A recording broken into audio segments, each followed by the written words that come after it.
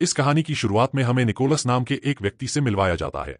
वह अपनी बहन के बार में जाता है। आज निकोलस की शादी की सालगिरह है। उसकी शादी को 5 साल हो चुके हैं, लेकिन वह अपनी शादी से खुश नहीं है। इसलिए वह अपनी बहन से कहता है कि संभव है कि जल्द ही उसका तलाक हो जाए। और मेरी पत्नी को एक बहुत ही अजीब आदत है। वह हर सालगिरह के दिन मेरे साथ एक खेल खेलती है जिसमें वह उपहार छिपाती है, और मुझे कुछ इशारों के माध्यम से उन उपहारों को ढूंढना होगा। लेकिन अब उनकी शादीशुदा जिंदगी में काफी चीजें खत्म हो चुकी हैं। इसके बाद जब निकोलस घर आता है तो वह देखता है कि उसकी पत्नी घर पर नहीं है। उसके सामने टेबल टूटी हुई है, कांच बिखरा हुआ है। उसे यह अजीब लगता है, इसलिए वह तुरंत जासूस को बुलाता है। जब वह पूरे घर की तलाशी लेती है तो उसे निकोलस पर शक होता है कि उसकी पत्नी उसके लापता होने में शामिल है, क्योंकि घर में बहुत सारे सबूत हैं जो स्पष्ट रूप से बताते हैं कि निकोलस का अपनी पत्नी के साथ संबंध नहीं था। दरअसल निकोलस एक स्कूल में राइटिंग टीचर हैं, जबकि उनकी पत्नी, जिनका नाम एमी है, खुद एक लेखिका थीं। वह बहुत प्रसिद्ध थी, और अब क्योंकि जासूस निकोलस पर संदेह करता है, वह उसे पुलिस स्टेशन ले जाती है, जहां वह उससे बहुत सारे सवाल पूछती है। लेकिन वह किसी भी सवाल का उचित जवाब नहीं देते हैं। लेकिन क्योंकि उसके खिलाफ कोई ठोस सबूत नहीं था, जासूस को उसे छोड़ना पड़ा। यह खबर पूरी दुनिया में फैल जाती है कि निकोलस की पत्नी एमी अचानक गायब हो गई है। और क्योंकि निकोलस को भी इस मामले में कोई दिलचस्पी नहीं है, इसीलिए हर कोई उस पर और उसकी बहन पर शक करता है कि पैसे के लालच के कारण उन्होंने एमी को गायब कर दिया है। फिर जब निकोलस घर आता है तो वह अपनी पुरानी यादों में खो जाता है। यहाँ दिखाया गया है कि उनकी पत्नी एमी मशहूर होने के साथ साथ काफी अमीर भी है। जब देश में वित्तीय स्थिति बिगड़ी तो इन दोनों की नौकरी चली गई। इसके बाद निकोलस की मां बीमार पड़ जाती है, इसलिए वह इस शहर को छोड़कर अपनी मां के पास जाने का फैसला करता है। हालांकि उन्होंने इस बारे में एमी से कोई सलाह नहीं ली, उसने उसकी अनुमति नहीं मांगी, लेकिन फिर भी वह उसके साथ जाती है। लेकिन कुछ दिनों बाद उसकी मां की मौत हो जाती है, लेकिन वह अभी भी यहीं रहता है। वह अपने घर वापस नहीं जाता। निकोलस की आदत ऐसी हो गई थी कि उसका काम करने में मन नहीं लग रहा था, इसलिए एमी ने उनके लिए एक बार खोला जिसे वह अपनी बहन के साथ चलाते थे। वह खुद बहुत आलसी हो गया, वह काम से भागने लगा। इसके अलावा एमी के साथ उनके संबंध भी खराब होने लगे। वे बहुत लड़ते थे, वह उसे खूब पीटता था। जिसके बाद निकोलस को एक स्कूल में राइटिंग टीचर की नौकरी मिल गई, जहां उनकी मुलाकात एक लड़की से हुई, और बहुत जल्द वे साथ मिलना शुरू कर देते हैं। अब कहानी वर्तमान समय में वापस आती है, जहां जासूस निकोलस के घर पर खून के धब्बे पाता है, जिसकी वजह से निकोलस पर उसका शक और पक्का हो जाता है। लेकिन जासूस को पड़ोसियों से पता चलता है कि एमी खुद को निकोलस के साथ रिश्ते में नहीं मानती थी, इसलिए उसने बंदूक खरीद ली। और जब वह वॉशरूम में चेक करता है तो उसे वहां एमी के सैंपल मिलते हैं। वह उन्हें प्रयोगशाला में भेजता है, और जब उसे रिपोर्ट मिलती है तो उसे पता चलता है कि एमी गर्भवती थी। लेकिन जब यह निकोलस को बताया जाता है तो वह इसे मना कर देता है। वह कहता है कि वह बच्चा पैदा नहीं कर सकता क्योंकि यह संभव नहीं है, हमारे बीच ऐसा कोई संबंध नहीं है। जासूस को उस पर शक होता है, इसलिए वह अपनी किसी भी बात पर विश्वास नहीं करता। और अब उनके पड़ोस में एक महिला आती है जो एक बच्चे की उम्मीद कर रही थी। वह उसे बताती है कि वह एमी की अच्छी दोस्त है, वह हमेशा से एक बच्चा चाहती थी। लेकिन निकोलस ऐसा नहीं चाहता था। एमी के साथ उनका ऐसा कोई रिश्ता नहीं था। अब निकोलस को उस महिला पर शक है, क्योंकि उसे यकीन था कि एमी अपने पड़ोस में किसी से इस तरह बात नहीं कर सकती, नहीं वह उससे दोस्ती करना चाहेगी। वह यह बात जासूस को बताता है, लेकिन फिर भी वह इस पर विश्वास नहीं करता है। आगे की जांच करने के बाद जासूस को एमी की डायरी यहां मिलती है, जिस पर लिखा था कि निकोलस की जान को खतरा है। उनके एक साथी का कहना है कि उन्हें उनके खिलाफ एक और बात मिली है। अब हमें निकोलस को गिरफ्तार करना चाहिए, लेकिन वह ऐसा नहीं कर सकी, क्योंकि उसके पास अभी भी कोई ठोस सबूत नहीं है कि निकोलस ने अपनी पत्नी को मार डाला या उसे गायब कर दिया। उसके बाद हम एक लड़की को देखते हैं जो कार चला रही थी, जो कोई और नहीं बल्कि एमी थी, जिसने अपना रूप पूरी तरह से बदल दिया है। एमी उस दिन के बारे में सोचने लगती है जब वह निकोलस से मिलने बार में गई थी, जहां उसने बार के बाहर उसी छात्र के साथ निकोलस को देखा। दोनों बहुत करीब खड़े थे, क्योंकि उन्होंने अपना रिश्ता बना लिया था। यह देखकर एमी को बहुत दुख हुआ, क्योंकि उसने हमेशा निकोलस का समर्थन किया। हालांकि वह एक अमीर परिवार से थी, लेकिन फिर भी उसने निकोलस से शादी की। जब उसके पास पैसे या काम नहीं था तो एमी ने उसके लिए एक बार खोला, और अब जब वह उसे धोखा दे रही है तो वह इसे बर्दाश्त नहीं कर सकती। इसलिए वह निकोलस से बदला लेने का फैसला करती है। वह अपने क्रेडिट कार्ड से पैसे खर्च करती है ताकि हर कोई सोचे कि निकोलस अमीर है, यही वह खर्च करती है। इसके अलावा वह अपने बीमा दस्तावेजों पर हस्ताक्षर करवाती है और अपने बीमा के पैसे देती है, और उसे बीमा राशि देता है ताकि हर कोई सोचे कि बीमा के पैसे की वजह से निकोलस ने अपनी पत्नी को मार डाला। इसके साथ ही उसने पड़ोसी से दोस्ती कर ली, जो एक बच्चे को जन्म देने वाली थी। पड़ोसी कह रही थी कि मैं एमी की दोस्त हूं। एमी ने उसे बताया कि निकोलस के साथ मेरा रिश्ता अच्छा नहीं है, हमारे बीच हमेशा झगड़े और बहस होती है। उसने ऐसा इसलिए किया ताकि वह अपने पड़ोसी की सहानुभूति प्राप्त कर सके। इसके अलावा उसने जानबूझकर अपना नमूना वॉशरूम में छोड़ दिया ताकि पुलिस को लगे कि एमी गर्भवती थी और एक बच्चे को जन्म देने वाली थी। यही कारण है कि निकोलस ने उसे मार डाला, दंडित किया जाता है। वह अपने शरीर से अपना खून निकालती है और उसे फर्श पर डाल देती है और साफ करती है ताकि पुलिस को उसके निशान मिल सकें।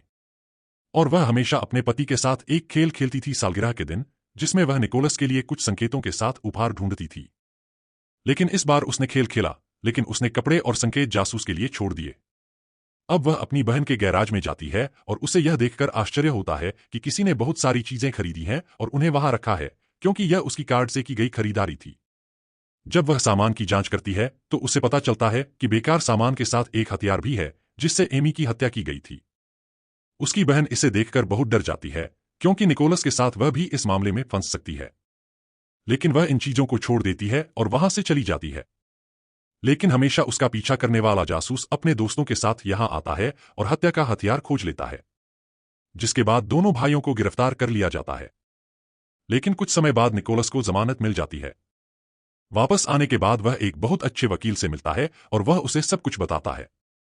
वह यह भी कहता है कि उसने कभी भी अपनी पत्नी एमी के साथ सुरक्षित महसूस नहीं किया, कहीं न कहीं उसका मानसिक संतुलन खराब था।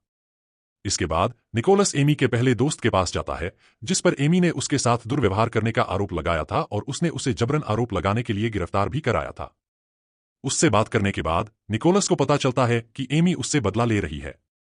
उसने अपने दोस्त के साथ भी ऐसा ही किया। और अब वह एमी के दूसरे दोस्त से मिलने जाता है, जो बहुत अमीर है। यह अमीर दोस्त निकोलस से बात करने से मना कर देता है, क्योंकि वह आज भी एमी से प्यार करता है। हम एमी को देखते हैं, जो एक छोटे से शहर में रहती है। जब वह अपने पड़ोसियों के साथ बाहर जाती है तो उसके पैसे गिर जाते हैं। उसके पड़ोसी देखते हैं कि उसके पास इतना पैसा है और जैसे ही रात होती है वे उसके घर आकर उसके सारे पैसे लूट लेते हैं और चले जाते हैं। अब उसके पास पैसे नहीं है। वह दुखी होती है और रोने लगती है। इस स्थिति को देखकर वह अपने अमीर दोस्त को बुलाती है, जो अब भी उससे प्यार करता है। वह उसे मिलने के लिए बुलाती है और जब वह आता है तो वह उसे बताती है कि निकोलस हमेशा उसे पीटता था, वह उसे प्रताड़ित करता था, वह उसकी जान के लिए खतरा था, इसलिए उसने वह घर छोड़ दिया और अब वह वहां वापस नहीं जाना चाहती। इसके बाद उसका दोस्त उसे अपने घर ले आता है और कहता है कि तुम यहां कुछ समय के लिए रह सकती हो, यहां कोई नहीं आता। शहर में यह दिखाया गया है कि हर कोई मानता है कि एमी अभी भी जीवित है। यही कारण है कि हर कोई उसके लिए मार्च करता है, मोमबत्तियां जलाता है, तस्वीरें लगाता है और उसके लौटने के लिए प्रार्थना करता है। सभी के सामने निकोलस बहुत भावनात्मक बातें कहता है कि मैं तुमसे बहुत प्यार करता हूं, एमी, मेरे दिल और घर के दरवाजे तुम्हारे लिए हमेशा खुले हैं, कृपया वापस आओ। निकोलस की वह छात्रा भी इस भीड़ में खड़ी थी और जब वह यह सुनती है तो उसे बहुत गुस्सा आता है। इसलिए वह मीडिया को बताती है कि निकोलस और उसका संबंध हो गया है और जैसे ही वह यह सुनती है, हर कोई निकोलस से नफरत करने लगता है। इसलिए उसकी सलाह है कि आप एक प्रसिद्ध शो के साक्षात्कार में जाएं जहां आप कहते हैं कि आप अपनी पत्नी से बहुत प्यार करते हैं। आपको वहां जाकर अपनी सभी गलतियों को स्वीकार करना होगा, क्योंकि अगर आपकी पत्नी वास्तव में आपके खिलाफ साजिश कर रही है तो वह टीवी और समाचारों के माध्यम से आप पर नजर रख रही होगी। इसके बाद निकोलस वही करता है। वह उस शो में जाता है और कहता है कि मैं अपनी पत्नी से बहुत प्यार करता हूं, मैं चाहता हूं कि वह जल्द ही वापस आए। इसके बाद वह रोने जैसा अभिनय करता है। एमी भी अपने करीबी दोस्त के साथ यह साक्षात्कार देख रही थी और जब वह निकोलस को करीब से देखती है तो उसे पता चलता है कि उसने वही टाई पहनी हुई है जो उसने उसे उपहार के रूप में दी थी। जब वह निकोलस को ध्यान से सुनती है तो उसका दोस्त भी इसे देखता है और अब वह घर जाने का फैसला करती है, लेकिन उसका दोस्त उसे जाने देने से इनकार कर देता है। वह चाहता है कि एमी हमेशा उसके साथ रहे।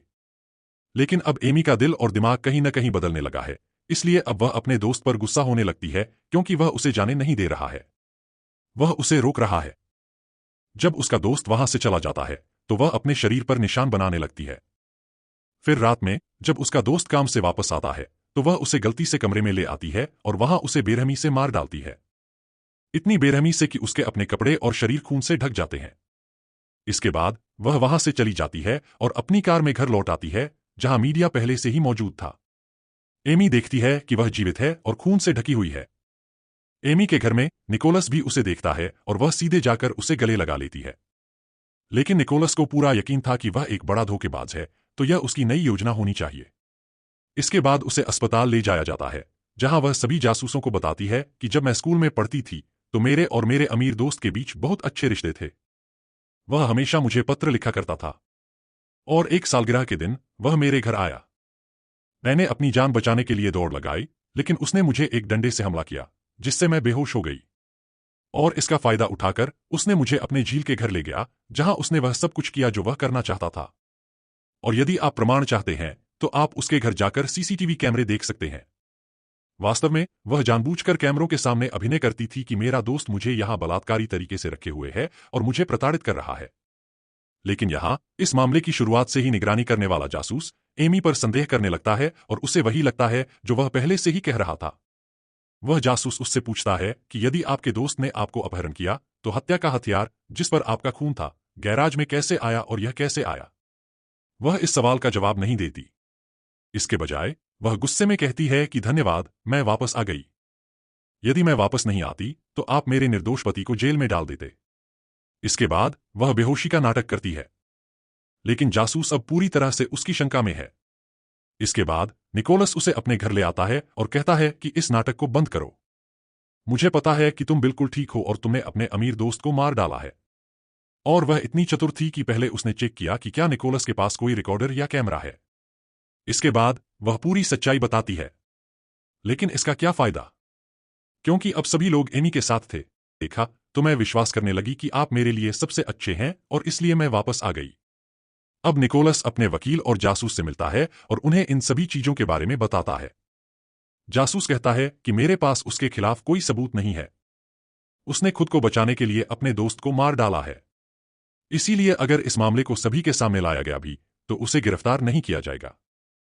फिर रात में जब निकोलस अपने घर में होता है, एमी उसे अपने साथ ले जाती है। और निकोलस को ऐसा लगने लगा कि वह अब एमी से डर रहा है। वैसे भी अगले दिन एक रिपोर्टर का साक्षात्कार लेने आ रहा है। इसलिए एमी निकोलस से कहती है कि आपको सभी चीजें स्वीकार करनी होंगी जो मैंने योजना बनाई थी। यानी आपने क्रेडिट कार्ड से खरीदारी की, आपने मुझ पर हाथ उठाया क्योंकि हमारा रिश्ता पहले अच्छा नहीं था, लेकिन अब सब कुछ ठीक है। लेकिन ऐसा करके वह स्पष्ट रूप से मना कर देती है कि मैं तुम्हारे साथ नहीं रहना चाहती, मुझे तुमसे तलाक चाहिए। जिस पर एमी कहती है कि मैं तुम्हारे बच्चे की मां बनने वाली हूं, इसलिए तुम मुझे छोड़ नहीं सकते। यह सुनकर निकोलस बहुत हैरान हो जाता है। इसलिए गुस्से में वह चिल्लाता है कि यह असंभव है, हमारे बीच ऐसा कोई रिश्ता नहीं था। जिस पर एमी कहती है कि मैंने भी उसके लिए योजना बनाई थी। तुम्हें याद नहीं, लेकिन मैंने तुम्हारे साथ वह रिश्ता बनाया था, इसलिए अब मैं तुम्हारे बच्चे की मां हूं। यह सुनकर निकोलस पूरी तरह से नियंत्रण से बाहर हो जाता है, उसका जमीन से संपर्क टूट जाता है। इसलिए वह फिर से उसे मारने लगता है। वह कहता है कि मैं तुम्हारे साथ कभी नहीं रहूंगा, तुम इतनी नीच हरकत कैसे कर सकती हो? जिस पर वह कहती है कि तुम्हें मेरे साथ रहना पड़ेगा, क्योंकि पूरी दुनिया तुम्हारे खिलाफ है और जब भविष्य में तुम्हारा बच्चा पैदा होगा तो मैं उसके दिल में भी तुम्हारे लिए नफरत भर दूंगी। तो अब निकोलस पूरी तरह से फंस गया है, क्योंकि उसे पता है कि वह बच्चा उसकी जिम्मेदारी है। इसलिए अब जबकि वह मजबूर है, लेकिन उसने एमी के साथ रहने का फैसला किया है। इसके बाद उनका साक्षात्कार होता है और वे दोनों घोषणा करते हैं कि जल्द ही उनका बच्चा पैदा होने वाला है। वास्तव में अब निकोलस ने स्थिति के साथ समझौता कर लिया है। इसलिए यह कहानी दिखाती है कि अगर किसी जोड़े में से कोई एक धोखा देता है तो उनका जीवन कितना बुरा मोड़ ले सकता है और वे नहीं जानते कि क्या क्या परिस्थितियां सामने आ सकती हैं।